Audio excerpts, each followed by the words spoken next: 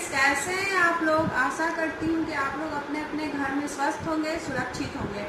आज हम लोग बात करेंगे अभिप्रेरणा के सिद्धांत की। अभिप्रेरणा का सिद्धांत पिछले बार जो पार्ट 1 में मैं बताई थी कि अभिप्रेरणा के सिद्धांत के नामों की चर्चा की थी। फिर उसमें मैं मांग का सिद्धांत, जो मैस्लो की थ्योरी थी, मैस्लो की थ्योरी आप लोगों को बताई थी कि किस तरह से मैस्लो की थ्योरी जो थी हायरार्की से 5 चरणों में विभाजित थी।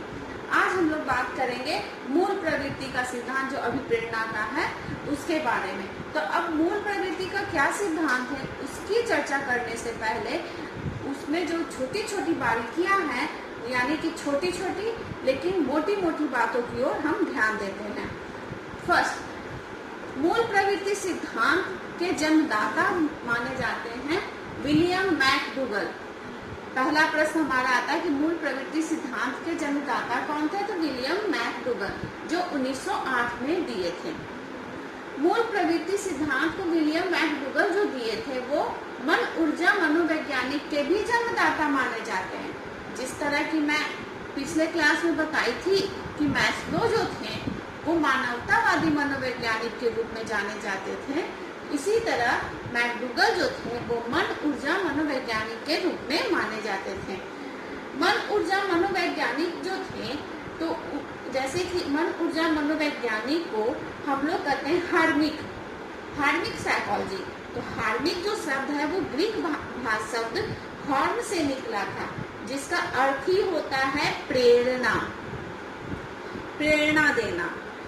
तो इसलिए ये जो भी सिद्धांत दिए वो अभिप्रेरणा के सिद्धांत के अंतर्गत दिए और इसी कारण इन्हें मन ऊर्जा मनोवैज्ञानिक के रूप में माना जाता है।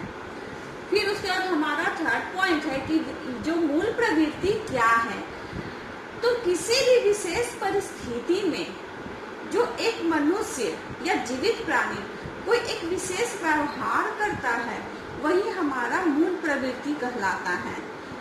तो अर्थात ये मूल प्रवृत्ति हमारे अंदर कहीं ना कहीं ये जन्मजात होता है।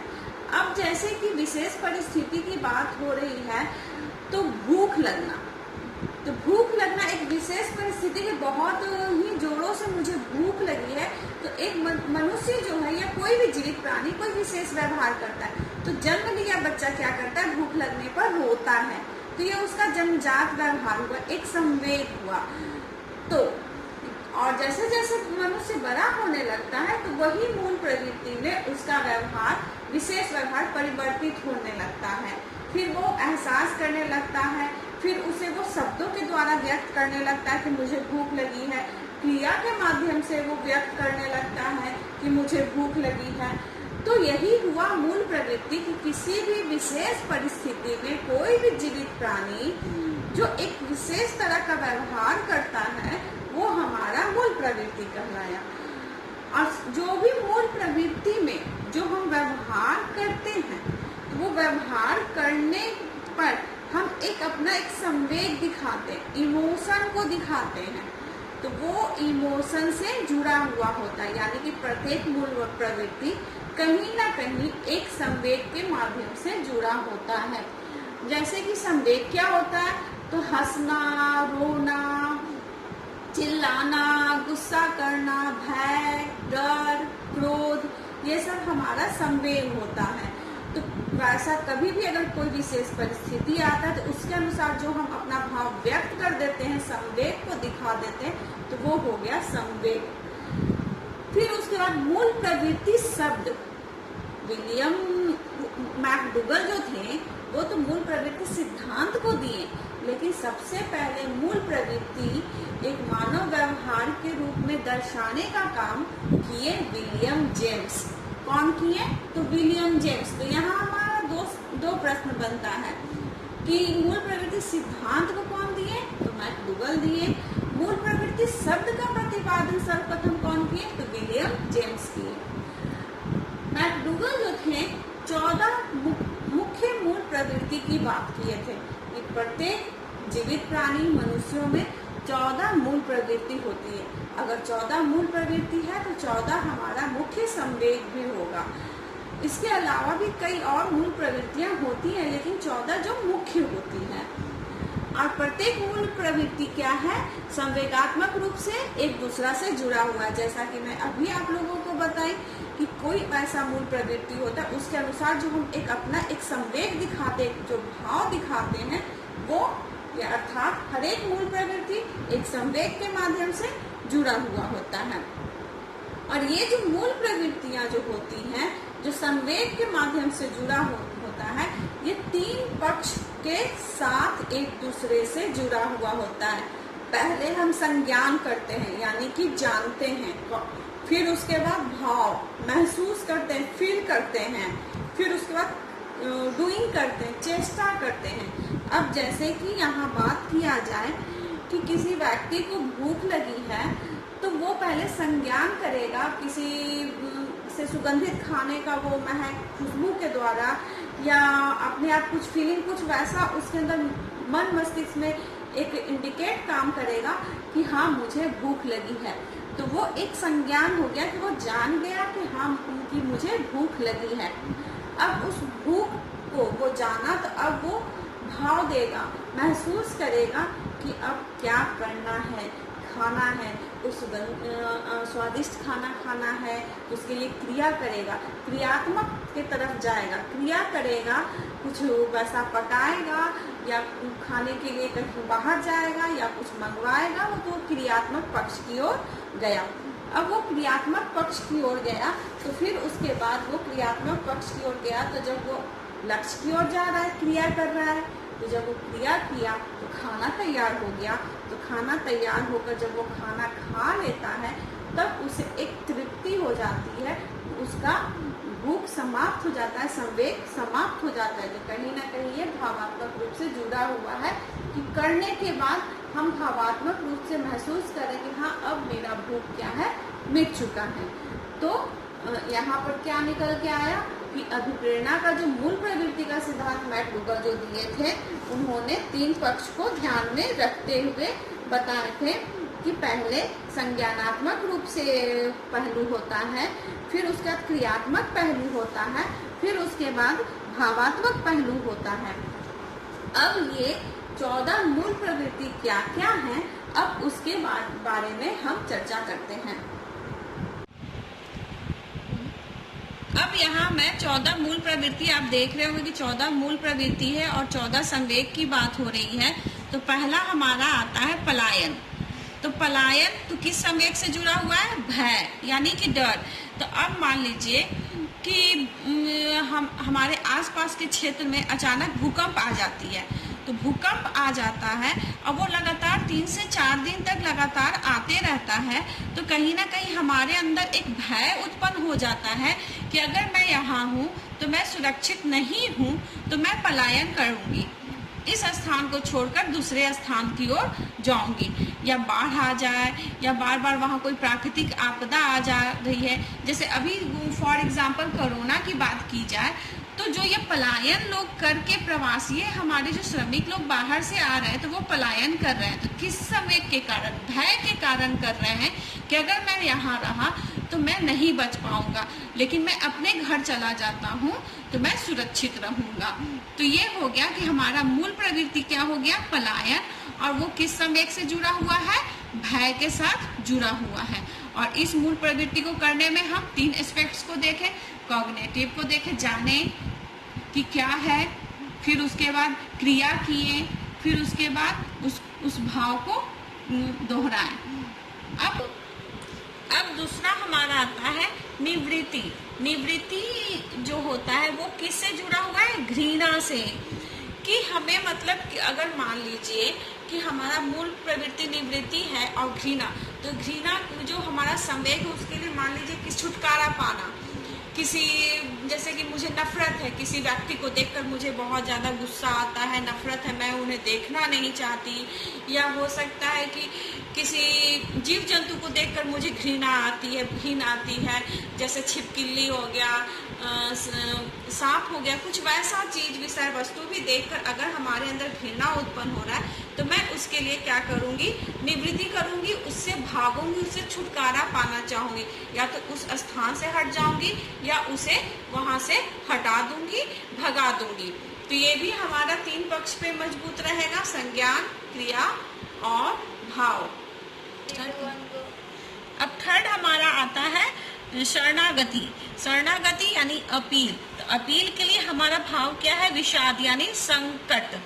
तो हम जब संकट में फंसे होते हैं, कहीं हम फंसे हुए आपदा में कि 4-5 दिनों से मुझे भोजन नहीं मिला है, या हम मतलब एक दुख में है कि क्या हो रहा है, कैसे हो रहा है, क्यों हो रहा है, तो उस विषाद से निकलने के लिए हमारे अंदर एक मूल प्रवृत्ति आता है, अपील आता है कि हम किसी से कहते हैं कि हमें यहाँ से मदद चाहिए, हमारी मदद कीजिए, या एक जगह से दूसरे जगह हम किसी अन्य जगह जाकर रहने का हम स्थान ढूंढते हैं। तो ये भी क्या हुआ कि मूल प्रवृत्ति 3 पक्ष के आधार पर वो संवेग तक जुड़ा हुआ है। इसी तरह से हमारा हो गया युद्ध। युद्ध तो क्रोध से जुड़ा हुआ है। अगर हम किसी देश के से युद्ध करते हैं या कभी हम अपने दोस्तों से युद्ध करते हैं, तो वो क्यों करते हैं? क्योंकि हमारा संवेग क्रोध रहता है। वो क्रोध किसी भी विषय को लेकर रहता है, तो वो युद्ध हो गया। फिर कामेक्षा, सेक्स की बात करते हैं तो वो भी कामुकता से जुड़ा हुआ है कि हमारे अंदर एक संवेग आता है कामुकता का, तो हम एक सेक्स की और मूल प्रवृत्ति हमारे अंदर आता है सेक्स की। जिज्ञासा और आश्चर्य। अब जैसे कि मान लीजिए कि बहुत ऐसा काम हो जाता है कि जिसे देखकर या सुनकर हम आश्चर्यचकित हो जाते हैं, तो हमारे अंदर जिज्ञासा आती है, ये कैसे हुआ, क्यों हुआ, कब हुआ, तो वो जिज्ञासा उत्पन्न होता है। तो वो जिज्ञासा उत्पन्न होता है तो हमारा मूल प्रवृत्ति जिज्ञासा हो गया, और उसको हम कैसे व्यक्त करते हैं? तो आश्चर्य के रूप में व्यक्त करते हैं। अब उसके बाद हमारा आत्मगौरव जो है, आत्मगौरव आत्माभिमान से जुड़ा हुआ है, आत्माभिमान से जुड़ा हुआ है। दैन्य जो है हमारा वात्सल्य, दैन्य आत्महीनता से जुड़ा हुआ है। पैतृक वात्सल्य। अब जैसे कि पैतृक यानी कि मतलब हमारे गार्जियनशिप जैसी भावना मूल प्रवृत्ति उत्पत्ति। वात्सल्य तो वात्सल्य यानी कि किसी के लिए स्नेह, प्यार, देख रेख, दुलार, ये जो हमारे अंदर भाव उत्पन्न होता है, वात्सल्य का भाव उत्पन्न होता है, तो हमारा जो मूल प्रवृत्ति क्या होता है? पैतृक, कि अब हमें माता पिता की तरह अपने बच्चों का देख रेख करना है, उनके प्रति अपने कार्य का निर्वाह करना है। फिर संग्रहण का स्वामित्व, कि हमारे अंदर किसी भी चीज को इकट्ठा करते हैं, रखते हैं, तो हम उतने के मालिक बन जाते हैं। किसी प्रॉपर्टी को लेकर, पैसे को लेके, तो हम उसके मालिक बन जाते हैं। तो वो संग्रहण करते तो हमारे अंदर भाव आता है स्वामित्व, कि मैं इतने का मालिक हूँ, हमारा इतना प्रॉपर्टी है। सामूहिकता तो एकाकीपन। हम जब अगर कहीं समूह में ज्यादा अपने आप को रखने का कोशिश करते, आसपास लोगों को खोजते हैं, तो क्यों? एक भय हमारे अंदर, एक संवेग रहता है एकाकीपन की, कहीं मैं अकेला ना रह जाऊं, अकेले ना रहूं। भोजनावश तो भूख रहता है। मूल प्रवृत्ति हमारा क्या है कि भोजन से अपने आप को संतुष्टि देना, तो वो हमारा मूल प्रवृत्ति भूख के रूप में, संवेग जो है भूख के रूप में उत्पन्न होता है। भूख लगता है तो हम लोग भोजन से अपने आप को संतुष्ट करते हैं। फिर हाश हो गया आमोद। अगर मूल प्रवृत्ति मतलब है कि हम कुछ वैसा करते हैं जिससे मेरा मजाक उड़ता है, लोग हमारी खिल्ली उड़ाते हैं, तो हाश के रूप में मूल प्रवृत्ति होता है। फिर होता है रचनावृत्ति तो रचनात्मकता, कुछ नया हम जो करते हैं, तो हमारा मूल प्रवृत्ति रचनावृत्ति, कुछ नया करने की इच्छा। जिज्ञासा तो उस रचनावृत्ति को करने के लिए हमारे अंदर एक संवेग उत्पन्न होता है कि क्रिएटिव माइंड, कि कुछ वैसा किया जाए, क्रिया के रूप में हम कार्य करते हैं, उसको भाव देते हैं। तो फिर हमारा 3 पक्ष काम कर गया, संज्ञान, क्रिया और भाव। तो अर्थात कहीं ना कहीं मैकडूगल बता रहे हैं कि जो हमारा 14 मूल प्रवृत्ति है, और जिसके जो 14 संवेग है, जो विशेष परिस्थिति में हम जो एक विशेष व्यवहार के रूप में प्रकट कर रहे हैं, वो 14 जो है 3 पक्ष के ध्यान में रखकर कार्य करता है। वो संज्ञान जानता है, फिर उसको महसूस करता है, फिर उसको महसूस करता है। तो अब हम लोग जानते हैं कि मैकडूगल का जो सिद्धांत था वो मैकडूगल का सिद्धांत पूरी तरह से सही माना गया कि नहीं। तो मैकडूगल को सिद्धांत जो था, मन ऊर्जा मनोवैज्ञानिक थे ये, तो इसी सिद्धांत को व्यवहारवादी जो मनोवैज्ञानिक जो थे उसका आलोचना की है। व्यवहारवादी मनोवैज्ञानिक बोले कि प्रत्येक मानवीय व्यवहार जो है जन्मजात प्रवृत्ति के आधार पर ही नहीं अपने संवेग को दिखाता, भाव करता, कुछ वो परिस्थिति वातावरण के आसपास के रहते हुए भी कार्य करता है। अर्थात व्यवहारवादी मनोवैज्ञानिकों का मानना था कि व्यक्तिगत विभिन्नता को ध्यान में रखते हुए ये आवश्यक नहीं कि प्रत्येक मूल प्रवृत्ति का संवेग वही हो जो मैकडूगल दिए हैं, क्योंकि व्यक्तिगत विभिन्नता है तो बहुत ऐसे मनुष्य होंगे कि परिस्थिति के साथ अपने आप को एडजस्ट कर लेंगे या उनका व्यवहार कुछ अलग होगा तो संवेग परिवर्तन कर सकता है। परंतु इन आलोचनाओं के बाद भी ये मैकडूगल के सिद्धांत को बहुत ही ज़्यादा महत्व दिया गया है। मैकडूगल के सिद्धांत को हम लोग आज भी शिक्षा के माध्यम से जान रहे हैं और मैकडूगल का सिद्धांत कहीं ना कहीं प्रत्येक व्यक्ति, जीवित प्राणी को अभिप्रेरित करता है, मोटिवेशन देता है अपने लक्ष्य की प्राप्ति की ओर। ये लक्ष्य की प्राप्ति की ओर हमारा प्रश्न आ सकता है स्टूडेंट्स कि अभिप्रेरणा किन 3 पक्षों को ध्यान में रखकर मैकडूगल के अनुसार कार्य करता है। तो संज्ञानात्मक, भावात्मक, क्रियात्मक, इन 3 पक्षों को ध्यान में रखकर कार्य करता है। भूख लगने पर व्यक्ति को भोजन की आवश्यकता होती है, तो भूख की तृप्ति के लिए खाने के बारे में वो सोचता है और तो जो उसके ज्ञानात्मक व्यवहार को दिखाता है। फिर उन पदार्थों का वो चयन करता है, भोजन को वो सेलेक्ट करता है, वो अपने रुचि, अपने हेल्थ के अनुसार कि क्या हमें पसंद है और क्या हमारे लिए सही है, तो अपने वो भावात्मक पक्ष को दिखाता है। और वो जो सेलेक्ट कर दिया फिर उन पदार्थों को प्राप्त करने के लिए वो क्रिया करता है, पकाता है या कहीं से लाकर खाता है, तो वो क्रियात्मक पक्ष को दिखा रहा है। अर्थात प्रत्येक मूल प्रवृत्ति को संवेग से जोड़ने में 3 प्रमुख पहलुओं को ध्यान में रखकर काम किया गया। संज्ञानात्मक, भावात्मक, क्रियात्मक, यानी कि जानना, महसूस करना और करना, चेष्टा करना।